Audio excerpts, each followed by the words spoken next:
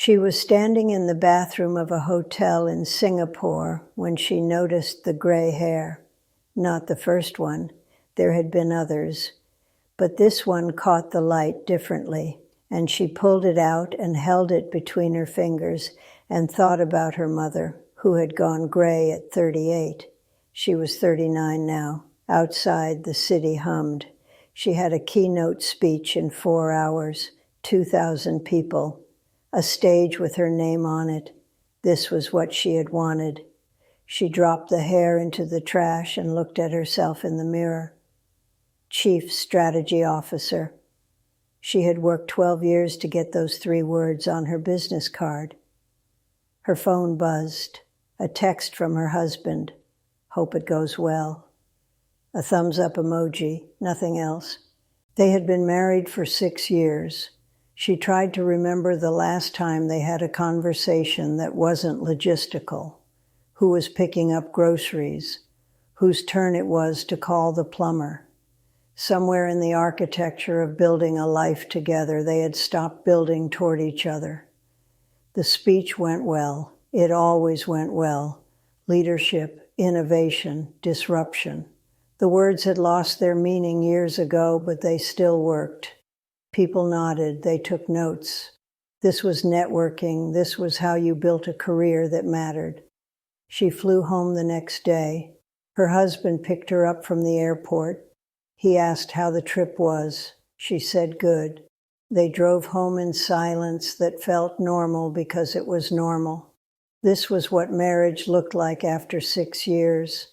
That night she couldn't sleep. She got up and poured a glass of wine and sat on the couch in the dark. The house was clean, minimalist. They had hired a designer to make it look like the houses in magazines. It looked like a house that was staged for sale. She thought about her 20s, the apartment she had shared with 2 roommates, the kitchen table where they would sit for hours, drinking cheap wine, talking about their lives. One of those roommates had gotten married and moved to Portland. The other had a baby and stopped responding to texts. Eventually, the distance turned into silence.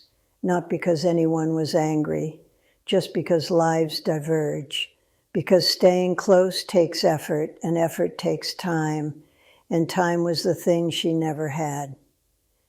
There was a version of herself from back then who would not recognize the woman sitting on this couch. That version had wanted to be a journalist. She had thought about writing for magazines, stories that mattered. But journalism was dying, and rent was expensive, and when the consulting firm offered her a job with a salary that felt like freedom, she took it, just for a couple of years, just to get stable. 15 years later, she was still getting stable.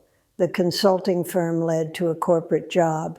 The corporate job led to a promotion. The promotion led to another promotion. Each step made sense in isolation, but when she looked back at the path, she couldn't see the shape of it, just a series of yeses that had added up to a life she didn't remember choosing. She was tired of the meetings, tired of the emails, tired of performing competence in rooms full of people who were also performing competence. Tired of the voice in her head that said, if you just work a little harder, if you just prove yourself one more time, then you'll finally feel like you've made it. Except she had made it. By every external measure, she had made it, and it felt like nothing. There was a woman at work, younger, maybe 28, who reminded her of herself, ambitious, driven, always the first one in and the last one to leave. She watched this woman and wanted to pull her aside and say, stop, say it's not worth it.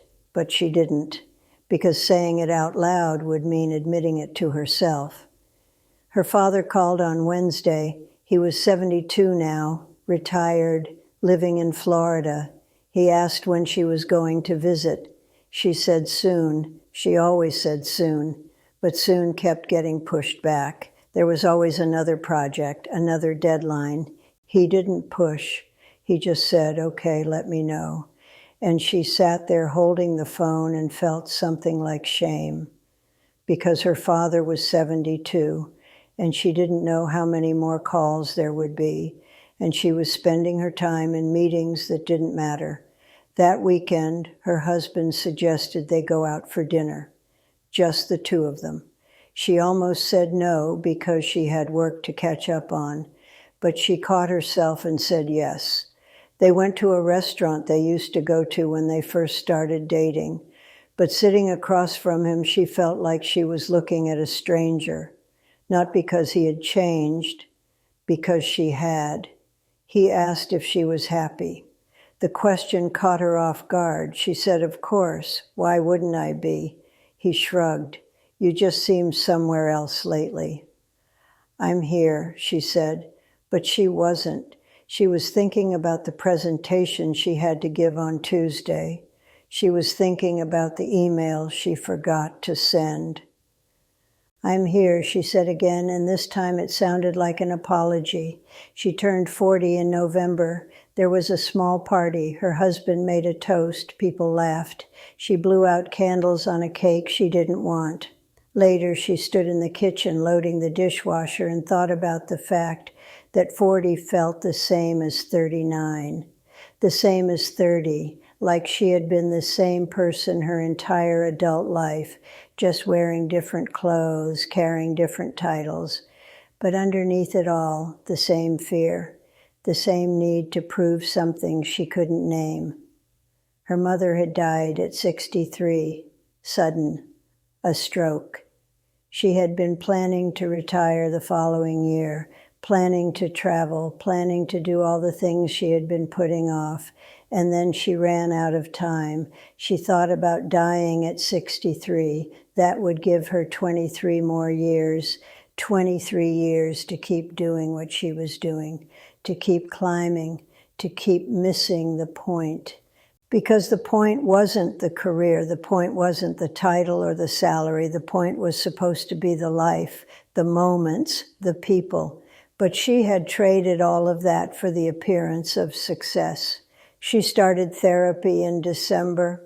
The therapist asked what brought her in. She said she didn't know. She said she was successful. She had a good job, a good marriage, a good life. But something felt off, like she was living someone else's story. The therapist asked whose story it was. She didn't have an answer. They met every week, and slowly the therapist started asking the questions she had been avoiding. What do you want? Not what you think you should want. What do you actually want? And she realized she didn't know. She had spent so many years becoming the person she thought she needed to be that she had lost track of who she actually was. She thought about quitting. What would happen if she just stopped, if she walked away from the job and the title? What would be left? The thought terrified her because the answer might be nothing, but the thought also felt like relief. In January, she took a week off, no work, no laptop, just time. She wanted to see what it felt like to just be in her own life without an agenda. The first 2 days were hard, but by the third day, something shifted. She stopped trying to fill the time. She sat in the backyard and watched birds. She read a book that wasn't about business. She cooked a meal that took 3 hours, and she felt something she hadn't felt in years, presence, the sense of being here in this moment, not planning for the next one. Her husband noticed. He said, "You seem different, lighter." But it wasn't tiredness. It was the absence of striving. It was what it felt like to stop running. She went back to work the following week, but something had cracked. She couldn't unsee it now. The pointlessness, the way everyone was pretending this mattered, the way she had spent 15 years building a career that had built nothing except a list of accomplishments that would be forgotten the moment she left. She started saying no, not to everything, but to things that didn't feel essential. And people noticed. Her boss asked if everything was okay. She said yes, but she could tell he didn't believe her. In March, she handed in her resignation. She didn't have another job lined up. She didn't have a plan. She just knew she couldn't keep doing this, couldn't keep trading her life for a paycheck and calling it success. People were confused. They asked what she was going to do. She said she didn't know. They said, "You're walking away from everything you've built." She said, "I know," because that was the point. She had built something, but it was the wrong thing. The first month was disorienting. She didn't know who she was without the job. But slowly, she started to remember. She started writing again, not for anyone, just for herself. She visited her father in Florida, stayed for a week. They played golf and watched old movies and talked about nothing important. And it was the most important week she'd had in years. Her marriage didn't survive, not because of anger, just because they had built a partnership around ambition, and when the ambition disappeared, there was nothing left. They separated quietly, and she felt sad, but she also felt free. She moved into a small apartment, 1 bedroom, just her and her books, and the sound of the city outside. And for the first time in years, it felt like home. She didn't know what came next. Maybe she would write, maybe she would teach, but for now, she was just here, in her life, not running from it. She thought about the gray hair sometimes, the one she had pulled out in that hotel bathroom, but now she let the gray grow. She stopped dyeing it, because it wasn't evidence of failure. It was just evidence of time, and time was the thing she had been wasting, trying to outrun death by staying busy. But you can't outrun it. All you can do is be here, present, alive, while you still are. She sat on her balcony one evening in late April and watched the sun go down and thought about the woman she used to be, the one who gave keynote speeches, the one who had the title and the salary and the proof.